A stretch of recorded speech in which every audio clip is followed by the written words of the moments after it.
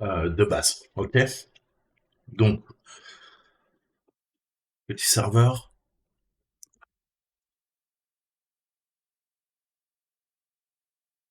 Ok. Donc, on arrive sur une page, hein. Il y a lfi.php qui se charge. Allons voir un petit peu le code source. Rien de bien sexy, hein. BR, file include. Ok.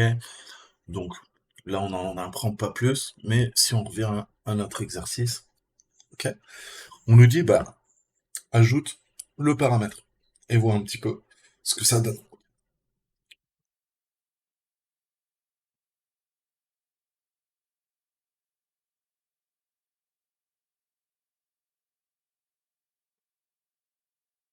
Bien, on va pouvoir jouer dessus. Ok. Donc là, on voit que on appelle la variable page. Ok, on va passer en paramètre et bah, je peux lui mettre ce que je veux. 1, 2, 3 cases. Ok. Donc on voit déjà ce qui se passe, hein. On peut jouer sur les paramètres et peut-être accéder à des parties de l'application web bah, qui ne nous concernent pas. Ok. Donc, qu'est-ce que je peux lui dire?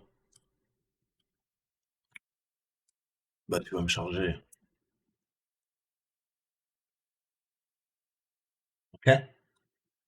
Donc, on voit déjà comment dire, les implications au niveau de la faille, hein, du local file inclusion. Ok. C'est ce qu'on a fait là. Et quel message on a? You included home.html.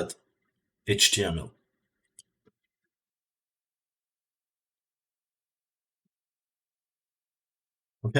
On peut également lire d'autres fichiers système, hein. Par exemple, on peut lire le passvd. Qu'est-ce que je vais lui dire? Hum.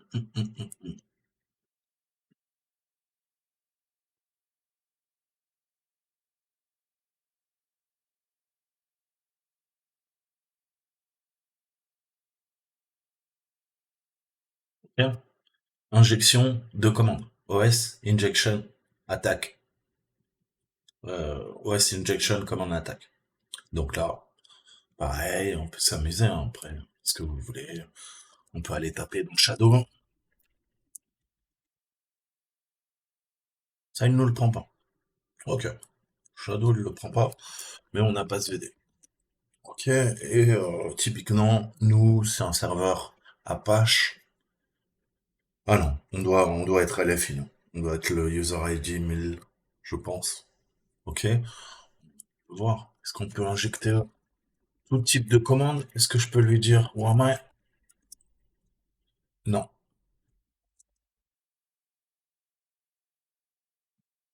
Donc, on voit la faille, hein. Qu'est-ce qu'on peut en faire typiquement? Et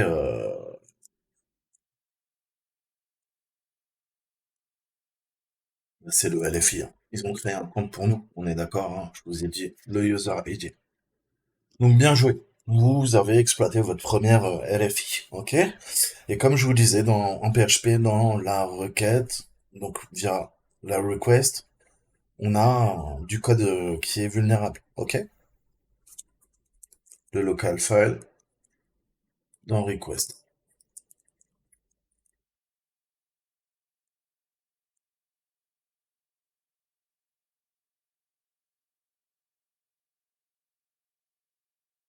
Donc on voit qu'en PHP, en fonction bah, de votre application web, comment elle sera codée, là en effet, qu'est-ce qu'on a? On a une variable qui s'appelle local underscore file et qui fait quoi? Qui appelle hein, la méthode request et on passe en paramètre page. Ok? Mais le problème c'est extrêmement sensible, comme je vous le disais dans l'introduction. Ok? Donc il va falloir quoi? Bah, il va falloir empêcher hein, au maximum de votre application web de charger dynamiquement des fichiers locaux, ok? Sinon, bah, on peut commencer à faire ce type d'énumération, ok? On va pouvoir faire du directory traversal ou du path traversal, ou pire, troisième étape, on fera soit du log poisoning, on va empoisonner les logs du serveur et on va faire une RCE, une Remote Code Execution. Ok? Donc là, c'est vraiment les bases, mais je pense qu'avant de faire un CTF, là, c'est bien de revoir les bases. Ok? Donc maintenant, on va voir la DT. La DT, c'est quoi? C'est le Directory Transversal.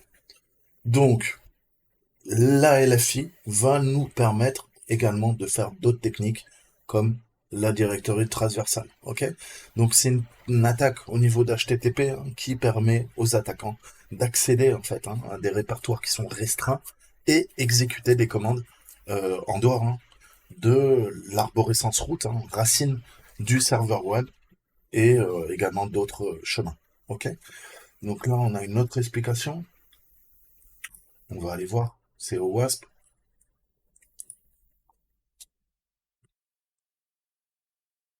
Donc le pass traversal attack, aussi qu'on appelle DT Directory Transversal. Le but c'est d'accéder à des fichiers, à des répertoires qui sont enregistrés en dehors du serveur web, en tout cas au niveau de sa racine, son répertoire racine. Ok, donc le root.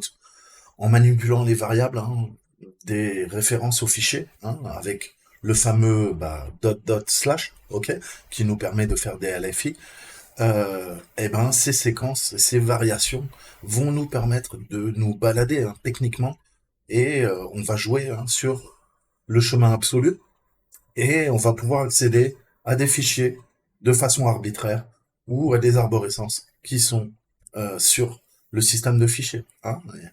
Ça va nous permettre d'accéder par exemple au code source de l'application ou à des fichiers critiques au niveau du système et de sa configuration. Il faut noter aussi qu'on peut accéder à des fichiers qui sont limités par les ACL, l'Operational Access Control, ok. Et dans ce cas, eh ben, on va peut-être pouvoir aussi accéder à des fichiers qui sont censés être verrouillés ou qui sont en utilisation, en cours d'utilisation sur des systèmes d'exploitation Microsoft, ok, Windows. Donc cette attaque, on l'appelle la dot dot slash, la DT, Directory climbing, vous verrez aussi, ou ce qu'on appelle du backtracking, ok? Techniquement, c'est même comme ça, vous savez que l'ancêtre de Kali Linux, il s'appelait backtrack. Eh ben, ça vient de là, en fait. Ok? Donc, donc ça, on va voir les variations qu'on peut faire. Donc, on commence à rentrer dans des techniques d'offuscation, offuscation de notre code via de l'encodage ou du double encodage. Ça, vous devez vraiment l'apprendre par cœur. Ok? Ça, c'est ça, ça, c'est ça, ça, c'est ça, ça, c'est ça. Ok? C'est le principe du double encodage et vraiment, s'il y a des filtres qui sont en place, eh ben, vous arriverez à contourner tout via ces variations. Ok?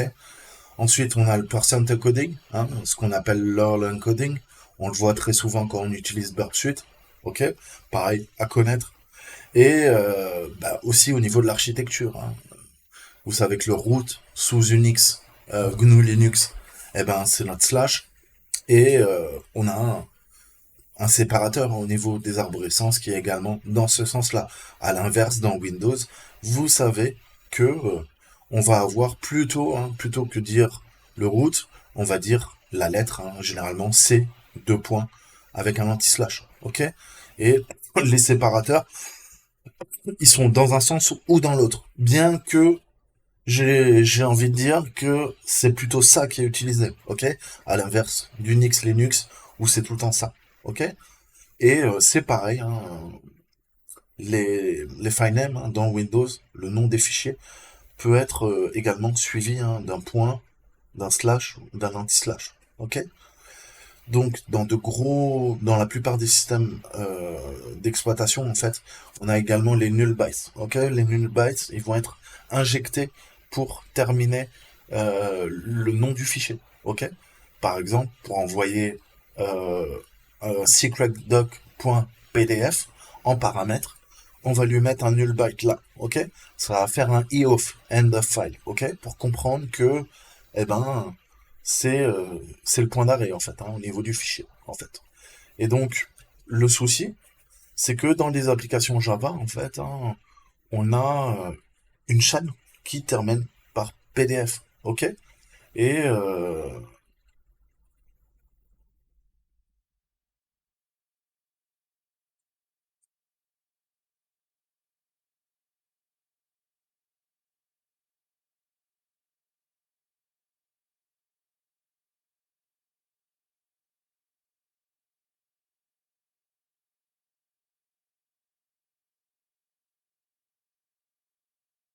donc on voit que on peut utiliser diverses techniques, hein.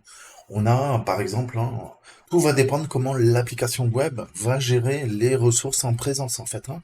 Dans ces exemples-là, vous voyez bien qu'on a inséré une chaîne de caractères malicieux en tant que variable qui est passée en paramètre et qui va nous permettre d'accéder à des fichiers qui sont en dehors en fait, hein, du serveur Apache par exemple, ok?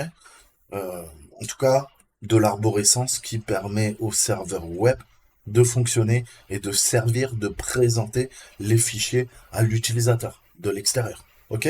Donc on voit bien côté back-end comment ça peut se passer et comment on peut, comment dire, escalader nos privilèges. En tout cas, accéder à des ressources via ce type de technique de LFI, plus précisément de pass traversal. Ok? Donc, dans ces exemples, pareil, hein, on voit l'URL et on va utiliser en fait ce qu'on appelle du wildcard nix, hein, password exploitation. Là, on fait une LFI, on sort de l'arborescence du serveur web et on va lui dire, bah, tu vas aller dans une arborescence, me récupérer un autre fichier, ok?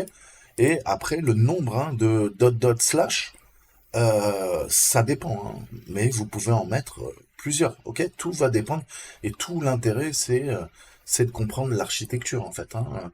Que ça soit un Windows ou un Linux. Bah, imaginons que, allez, on va faire simple. Je suis dans Cache, ok? J'ai envie d'accéder à SRV. Qu'est-ce que je vais faire? Ok? Au niveau de ma LFI, eh ben, je vais faire point slash. Point slash, ça va faire quoi? J'arrive dans vert. Je vais faire point slash encore. J'arrive dans quoi? Je remonte à route et je vais mettre SRV. Ok? Et dans SRV, j'ai peut-être un fichier qui s'appelle srv.php. Ok?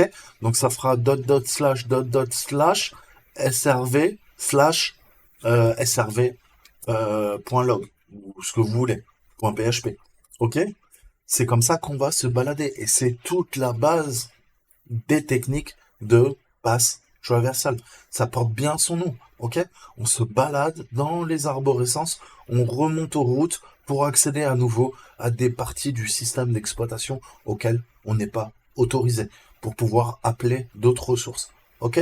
Ou y accéder, ou les exfiltrer, ou injecter des portes dérobées, injecter des web shells à des arborescences TMP qui vont nous permettre de prendre le contrôle de l'ensemble de la machine. Qu'est-ce qu'on a? On a trois onglets. Regardez en bas là. Regardez là. Regardez là. Là, ça charge quoi la ressource? On va à la racine, ok? Il y a quoi? Il y a une arborescence LFI. Dans cette arborescence LFI, quand je clique sur ce lien hypertexte, j'ai quoi? J'ai un fichier PHP qui s'appelle LFI qui est chargé. Là, maintenant, je vais sur le deuxième. Ok? Là, on voit qu'on a changé d'arborescence.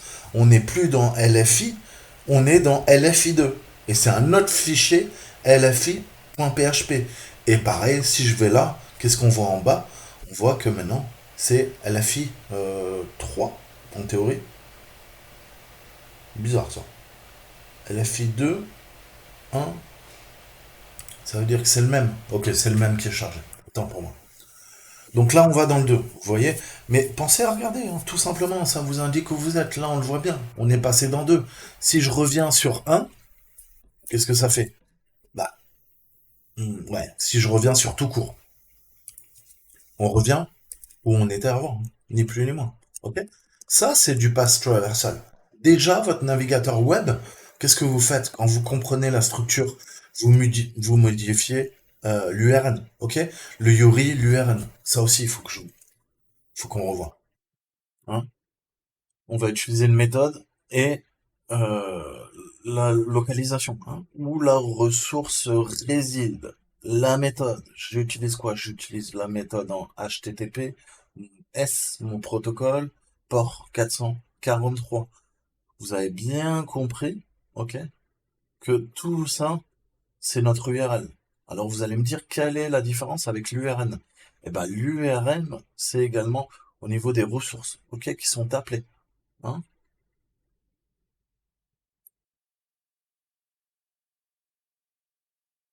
Donc c'est ça, à creuser, hein, si vous ne maîtrisez pas, mais tout ça, c'est l'IORI, ok? Et l'IORI est composé de l'URL et de l'URN, ok? Et ça, c'est vraiment important, en fait. Techniquement, on a quoi? On a l'URL, c'est le Universal Resource Locator. On a l'URN, qui est l'Universal Resource Name. Et on a la URI, qui est l'Universal Resource Indicator. OK? La ressource, l'endroit où se situe cette ressource, OK? Et la méthode qui est appelée. OK? Et nous, bah, on modifie typiquement, on va jouer sur l'URN, ok? Quand on fait de la LFI, du pass traversal, ok? On va passer en paramètres, on va modifier les ressources en modifiant les variables, les passer en paramètres et voir comment l'application web réagit, ok? Et on va essayer d'inclure notre home, hein, .html. Et là, on va voir comment ça réagit. Donc là, qu'est-ce que je fais? Je passe en paramètre, donc point d'interrogation, on appelle la variable page, ok, et ça c'est notre paramètre, et on lui donne un argument, on lui redonne une valeur.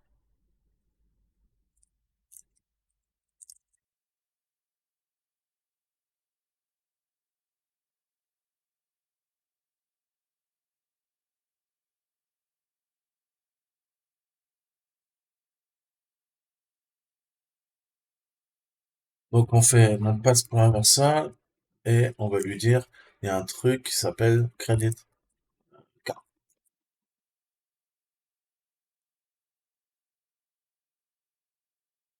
ok? Et là, on voit bah, qu'on accède hein, grâce à notre passe traversal. Ok, je suis sorti d'un niveau, je suis sorti de mon arborescence et maintenant j'accède à un autre fichier. Ok,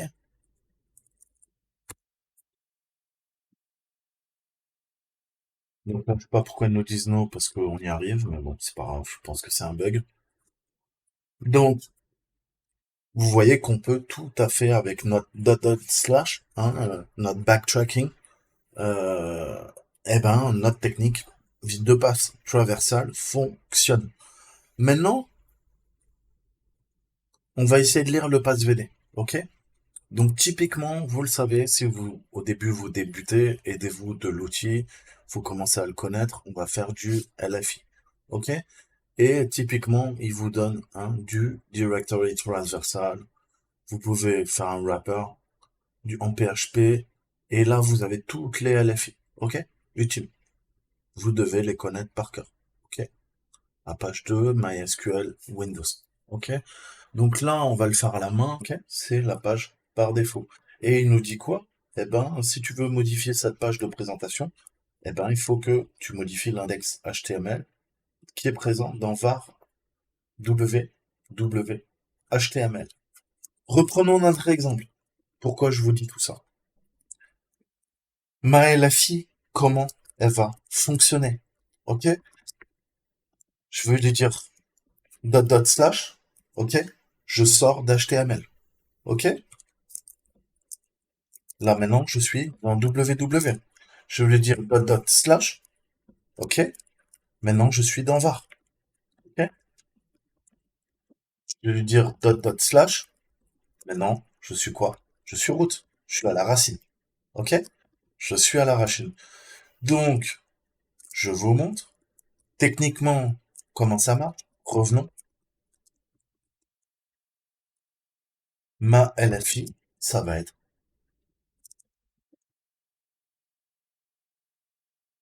slash slash, ok. Dot slash. Là, je suis dans le root. Je vais dans ETC et je lui demande d'afficher passe VD. Ok? Et vous voyez que ça marche. Pourtant, je suis resté dans var www.html. Ok? Exactement comme le serveur. Et pourtant, vous voyez que ça marche parfaitement. J'espère que vous comprenez bien, en fait. Donc là, c'est pareil. Si on est, et c'est un serveur Apache, on part du principe que quoi? Que c'est, on est dans var www.html, je sors, je suis à la racine. Je veux etc et je veux qu'il m'affiche passe VD. Sauf que, on est dans HTML. Donc peut-être, il faut en faire un de plus. Ok? Et tout le principe de la LFI, c'est de faire du phasing. Ok? On va faiser, jusqu'à qu'on trouve le bon truc, en fait. Hein. Ni plus ni moins. Ok? Et des fois, bah, il vous en fera 3, des fois il en fera 4, des fois 5, des fois 6. Là, on voit un, 2, 3, 4, 5. Ok? Qu'est-ce que je peux en déduire? On va faire simple. Je reviens à la racine. Ok?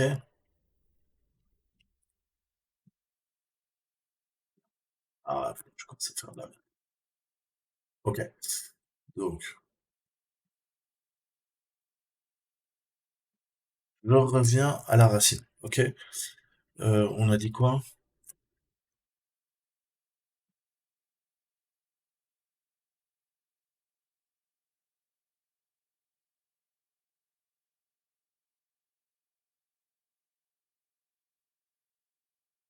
HTML, point, etc, passe, VD. Donc, un, 2, 3, 4, 5, 6. Ok?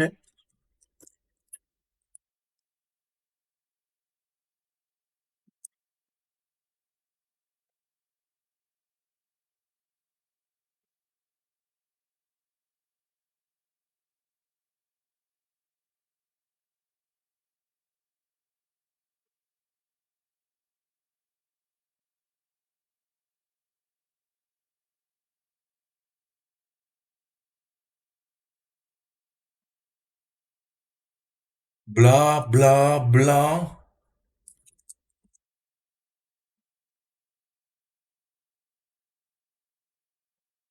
On est bien comme dans notre exemple. Bla, bla, bla, bla, HTML. Et on lui a dit quoi? On lui a dit un, 2, 3, 4, 5, etc passe VD. Ok? C'est ce qui marche là. Un, 2, 3, 4, 5. Un, alors, 4, 1, 2, 3, 4, 5. ETC passe VD. Ok? Donc voilà. J'espère que vous avez compris.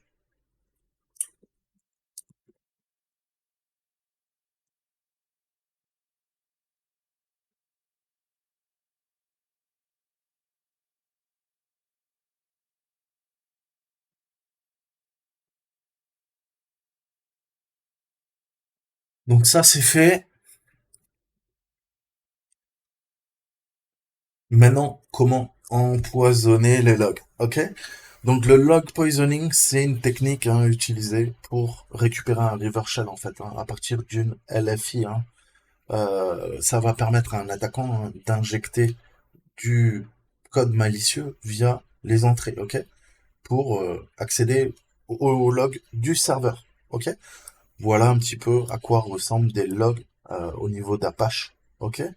Et généralement, bah, on va essayer de corrompre là. Hein. Donc tout ce qui est erreur, vous avez compris, ça répertorie les erreurs. Tout ce qui est vhost, ok, on a des virtual hosts parce que parfois on héberge plusieurs. Hein, vous pouvez avoir plusieurs sites web, plusieurs noms de domaine sur à partir d'un serveur web. Ok, on va utiliser juste un port différent. Vous aurez un serveur avec un nom de domaine sur le port 80, un autre sur le 443, un autre sur le 8080 par exemple. Ok, et tout ce qui est access log, vous l'avez compris, ce sont tout ce qui concerne les accès sur la machine. Ok, sur le serveur. Donc c'est un fichier extrêmement sensible. Ok, donc je vais vous faire ça aussi.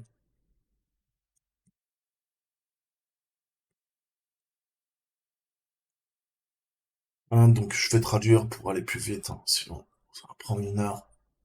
Mais techniquement, hein, donc les applications utilisent généralement des fichiers journaux pour stocker un historique des événements ou des transactions pour une révision ultérieure. On dit les logs, hein, c'est ce que font les sysadmins.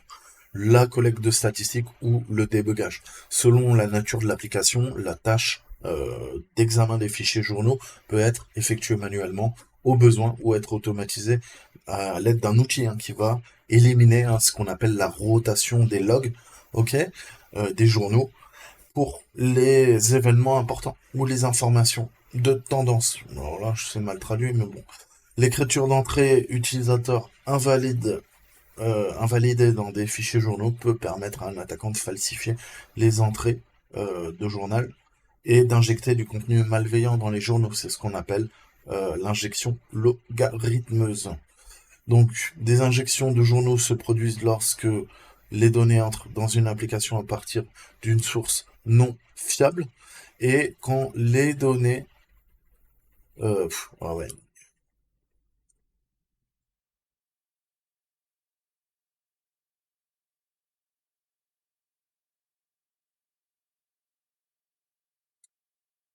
Donc on appelle ça l'injection de log, hein, et ces injections de log, bah, des vulnérabilités d'injection de journaux se produisent lorsque les données entrent dans une application à partir d'une source non fiable. Les données sont écrites dans un fichier journal d'application ou système. Les attaques par injection de log sont réussies, enfin qui sont réussies, peuvent causer des injections d'événements de journaux, un nouveau faux. On va faire du forgery, du forgeage via l'injection de journaux, des injections d'attaque XSS extrêmement dangereux, en espérant que l'événement de journal malveillant soit enregistré dans une application web vulnérable, et l'injection de commandes que les parseurs, les analyseurs, les parseurs PHP pourraient exécuter. Donc forgeage de bûches, mal traduit, c'est ce qu'on donc le log forging, hein, forger les logs. Donc dans le cas le plus bénin, un attaquant peut être en mesure d'insérer de fausses entrées dans le fichier journal en fournissant à l'application une entrée qui inclut des caractères inappropriés, des caractères appropriés, pardon. Si le fichier journal est traité automatiquement, l'attaquant peut le rendre inutilisable en corrompant le format du fichier ou en injectant des caractères inattendus. Une attaque plus subtile peut impliquer de fausser les statistiques du fichier journal. Les fichiers journaux falsifiés ou corrompus peuvent être utilisés pour couvrir les traces d'un attaquant ou même pour impliquer une autre partie dans la commission d'un acte malveillant. Ok. Donc, une technique, on va écrire du code au niveau de l'application suivant. Donc, le code d'application web suivant tente de lire une valeur entière à partir d'un objet de demande. Si la valeur ne parvient pas à analyser en tant qu'entier, l'entrée est enregistrée avec un message d'erreur indiquant ce qui s'est passé. Ok, donc on fait un get parameter, on récupère la valeur, un val, c'est ça qu'on essaye d'évaluer. Ok, et ensuite, on fait notre boucle. Donc, il y a un try, un catch, ok. Le try, qu'est-ce qu'on fait? Bah, on lit la valeur à partir d'un objet de demande, première étape, et on essaie de l'analyser en tant qu'entier, ok. Int value est égal à quoi? On se sert d'integer, l'entier, et on fait du parse, ok. On utilise quoi?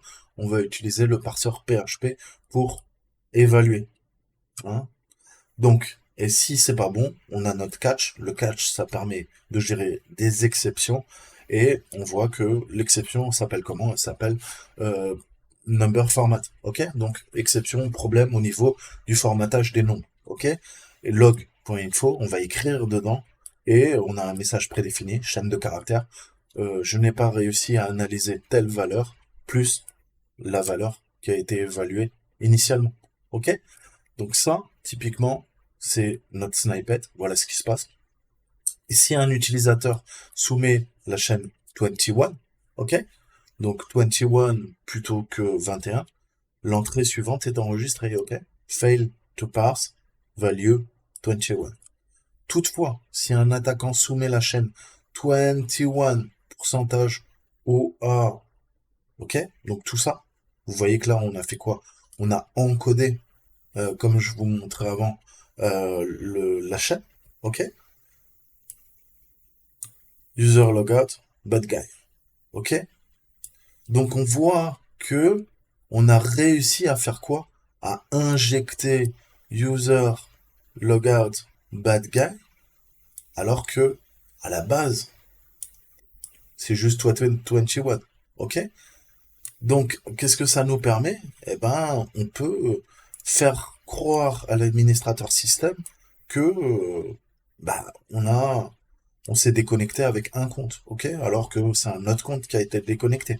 Pareil, on peut dire le login, hein, plutôt que dire hacker s'est connecté, Toto le hacker, on va dire bad guy s'est connecté à l'application web, alors que c'est totalement faux, ok?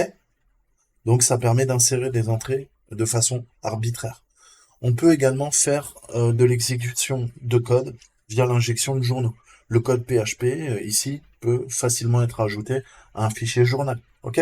Qu'est-ce qu'on fait? On redirige vers un nom de domaine, un fichier en index PHP, en passant par un maître file, et file prend quoi? Eh ben justement, ça c'est le payload, ok? C'est du PHP qui fait quoi? Bah, qui fait un écho PHP info, ok? Donc cette étape, elle est appelée empoisonnement du fichier journal. Si le fichier journal est placé dans un répertoire public et accessible via une requête HTTP GET, la commande PHP intégrée peut exécuter dans certaines circonstances. Et ça, qu'est-ce que ça va faire? Ça va être une forme d'injection de commande via la technique de log injection. Ok? Donc je vous mettrai tous les ressources, allez apprendre parce que ça c'est vraiment, vous devez connaître par cœur aussi, hein.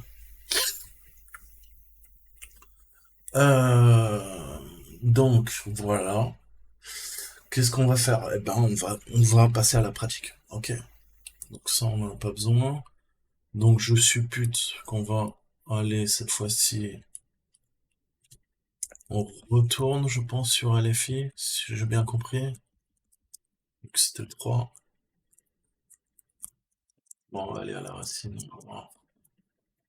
Ok, oui. RCE et log poisoning. Ok, donc on est sur notre lfi.php, notre fichier lfi.php qui est chargé. Qu'est-ce qu'ils nous disent? Ils nous disent donc, euh, bah, revenez au niveau du troisième, ajoutez le paramètre page et on va essayer d'atteindre le var log apache2 access. Ok.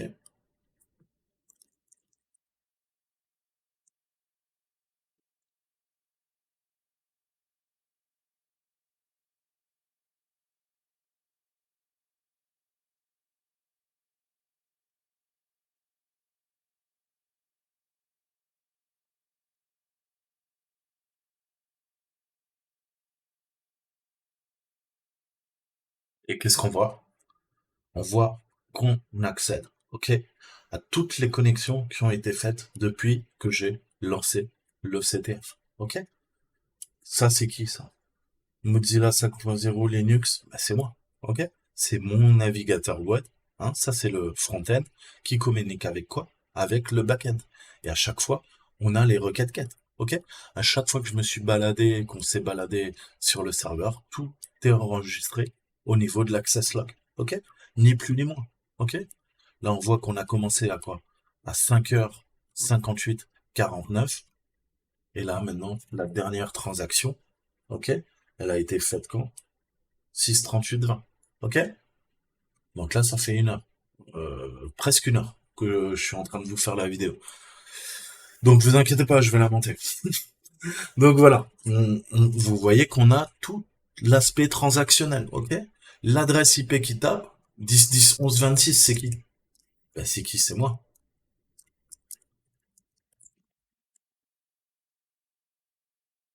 10 11 26 90. Ok? Et ça, c'est quoi? Ah, c'est mon Linux. Moi, je suis quoi? Je suis quoi? Non? Ok? X86 64 Linux? Ok? Bref. Donc voilà, on a toutes les informations. On a le user agent pour identifier votre navigateur web. On a votre système d'exploitation. Donc là, déjà, vous voyez, en termes de footprinting, de fingerprinting, pardon, à chaque fois que vous vous connectez à un serveur sur Internet, vous laissez dans l'access log ce type d'empreinte. Ok? On a votre architecture du système d'exploitation, on a le navigateur, quelle version, ok, votre adresse IP et à quel moment vous avez demandé, requêté au serveur, au back-end, via le front-end, votre navigateur web, euh, la ressource. Ok, on a un horodatage. On a l'horodatage complet. Ok, donc, continuons. On voit qu'on a accès. Est-ce qu'on peut? Bah oui. Ok. Donc, on va lancer Burp Suite. Ok. Zap. Ok. Qu'est-ce qu'il veut?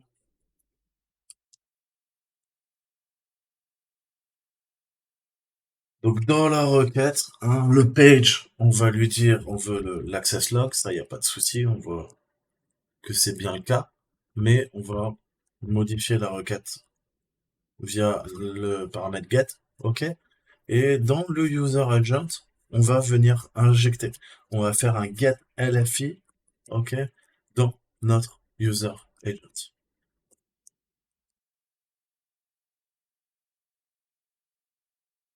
Donc, virgule fin de l'instruction. Et là, on va l'envoyer. On va voir comment la machine réagit. Ok.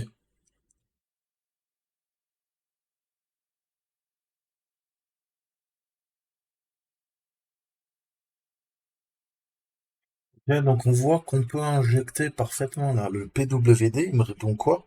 Alors bien sûr, hein, c'est le principe d'une injection. Ça va pas être clair où il y aura juste ouais ouais var www html fluffy.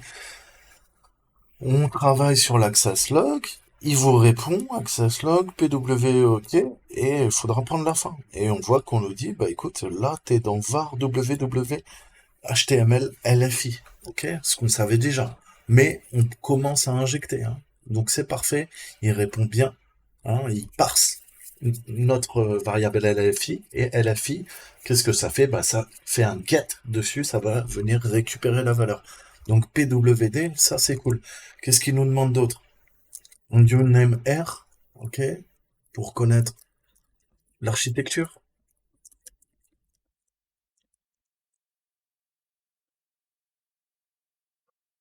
hein. Si je mets white space-R, ça ne marche pas, ok. Donc il faut commencer à encoder une URL, ok. Un blanc, on peut lui mettre un pourcentage 20-R, ok.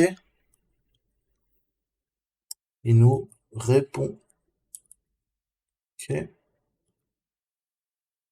générique,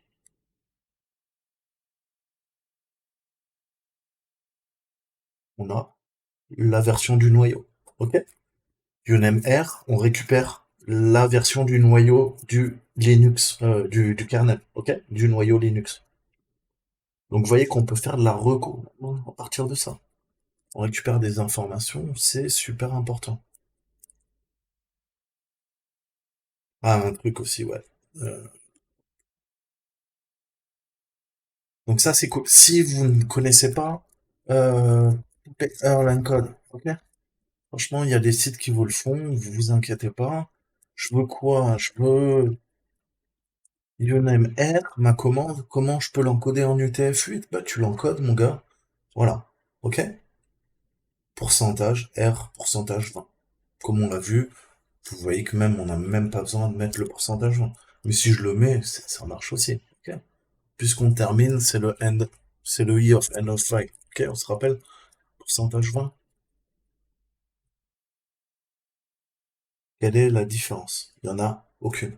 Ok? Vous voyez que ça le prend. Mais par habitude, par convention, pensez à le faire. Ok? Donc, quand vous devez passer, injecter des commandes, pensez à utiliser ce site pour encoder, décoder en URL. Ok? Sinon, bah, vous pouvez le faire tout de suite là. Je suis même bête. Parce que UNMR, ok, je peux lui dire, tu vas me l'encoder et en URL. Ok? Et ça passe aussi. Je vous montre. Je le prends, on retourne sur le repeater. C'est du chinois. Pour vous, la machine le comprend très bien. Qu'est-ce qui a changé? Rien. La dernière requête, elle passe aussi. Ok? C'est codé en URL. Ok?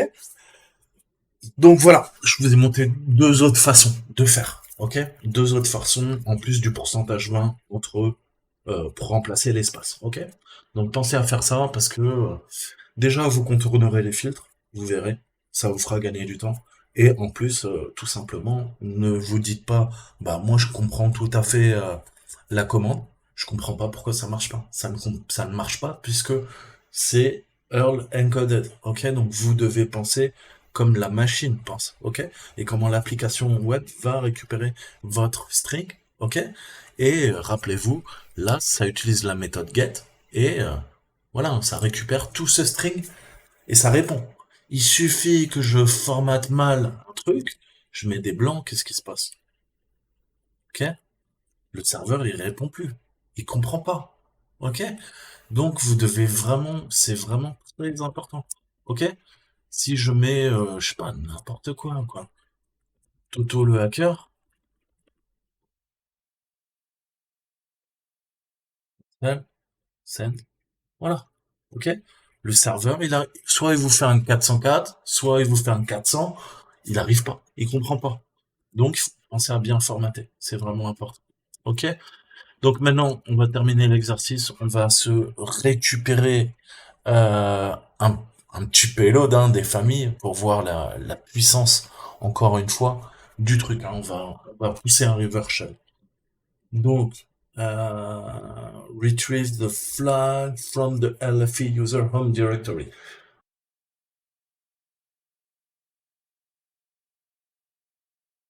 Donc, je vais reprendre. On va réencoder. Payload. Netcat payload. OK. Copy reverse shell. Burp suite. Encodeur. OK. Hop, OK. Repeater. Et on pousse. OK. Et on récupère la main. Qu'est-ce que j'ai fait? Oh ah, j'ai fait l'import d'abord. OK.